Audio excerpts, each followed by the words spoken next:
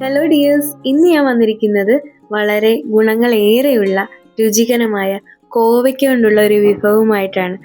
വേറെ ഒന്നുമല്ല, കോവയ്ക്ക തോരനാണ് കേട്ടോ. കോവയ്ക്ക തോരന് വേണ്ടിയിട്ട് കോവയ്ക്ക ചെറുതായിട്ട് അരിഞ്ഞെടുക്കണം.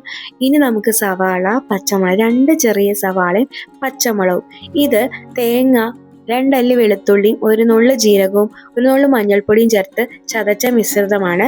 ഇനി നമുക്ക് അല്പം എണ്ണയിലേക്ക് നമ്മുടെ സവാളയും പച്ചമുളകും കൂടി ഒന്ന് വഴറ്റിയെടുക്കണം. ഒരുപാടൊന്ന് വഴറ്റിയെടുക്കണ്ട.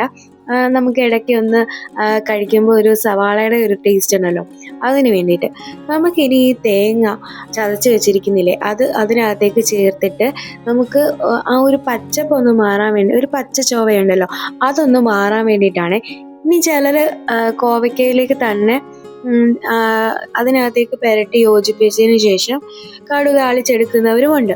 ഞാൻ ഇങ്ങനെയാണ് കേട്ടോ എടുക്കുന്നത്. ഇതാവുമ്പോൾ അതിൻ്റെ ഒരു പച്ചച്ചൊവ മാറുകയും ചെയ്യുമേ. ഇനി നമുക്ക് ആവശ്യത്തിന് ഉപ്പ് ചേർത്ത് കൊടുക്കാം. നിങ്ങളുടെ ആവശ്യത്തിന് ഉപ്പ് ചേർത്ത് കൊടുക്കുക കേട്ടോ. ഇനി നമുക്ക് ഒന്നുകൂടി ഒന്ന് ഇളക്കി യോജിപ്പിക്കാം, നന്നായിട്ട് ആ ഉപ്പൊക്കെ ഒന്ന് പിടിക്കാൻ വേണ്ടിയിട്ട്.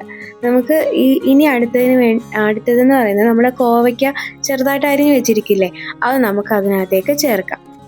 ഇനി എന്നിട്ട് അത് ചേർത്തിട്ട് നന്നായിട്ട് ഒന്നുകൂടി ഒന്ന് നമുക്കൊന്ന് ഇളക്കി അതെല്ലാം കൂടി ഒന്ന് യോജിപ്പിക്കേണ്ടതായിട്ടുണ്ട്. നമ്മുടെ ഈ കോവയ്ക്കകത്ത് ഒരുപാട് വൈറ്റമിൻസ് ഒളിഞ്ഞിരിപ്പുണ്ട്. കുഞ്ഞുങ്ങൾക്കൊക്കെ കൊടുക്കാൻ വളരെ നല്ലൊരു സംഭവമാണ് കേട്ടോ. നമ്മുടെ തൊടിയിലൊക്കെ നന്നായിട്ട് ഉണ്ടാവുകയും ചെയ്ത് ഒരു വള്ളി കൊണ്ടുവന്ന് നട്ടാൽ മതി, അത് പെട്ടെന്ന് അങ്ങ് പടർന്ന് പിടിച്ചോളും കേട്ടോ. അപ്പോൾ ഇതാ നന്നായിട്ട് ഈ അരപ്പും കൂടെ ചേർത്തിട്ട് നന്നായിട്ടത് ഇളക്കി യോജിപ്പിക്കുക. ഇനി നമുക്ക് വെള്ളം ചേർത്ത് കൊടുക്കണം, അത് വേവാൻ വേണ്ടിയിട്ട്. കുറച്ച് വെള്ളം ചേർത്താൽ മതി, കാരണം ഇതിനൊരു ഈർപ്പം തന്നെ ഉണ്ട്. അപ്പോൾ കുറച്ച് വെള്ളം ചേർത്തിട്ട് നമുക്കതൊന്ന് ഒന്നുകൂടി ഒന്ന് ഇളക്കിയിട്ട് നമുക്ക് അടച്ച് വെക്കാം.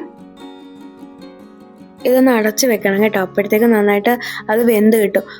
ചെറിയ വേവാണെങ്കിലും നമുക്ക് കഴിക്കാൻ നല്ലതാണ്.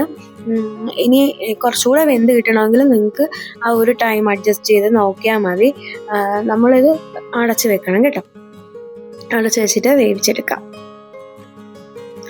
ഇങ്ങനെ കിട്ടിയിട്ടുണ്ട് നമുക്ക്. ഇനി നമുക്കിനി അതിനകത്തേക്ക് നമുക്ക് ഒരല്പം കുരുമുളക് പൊടിയും കൂടെ ചേർക്കണേ. കുരുമുളക് പൊടി ചേർക്കുമ്പോൾ ഒന്നുകൂടെ ടേസ്റ്റാണ്, നല്ല രുചിയാണ് കേട്ടോ. നിങ്ങൾ എന്തായാലും ഇത് ഇങ്ങനെ എടുത്തിട്ട് അല്പം കുരുമുളക് പൊടിയും കൂടെ ചേർത്തിട്ട് എടുക്കണം. പിന്നെ കടുക് താളിച്ച് എടുക്കണമെന്നൊന്നും ഇല്ല കേട്ടോ.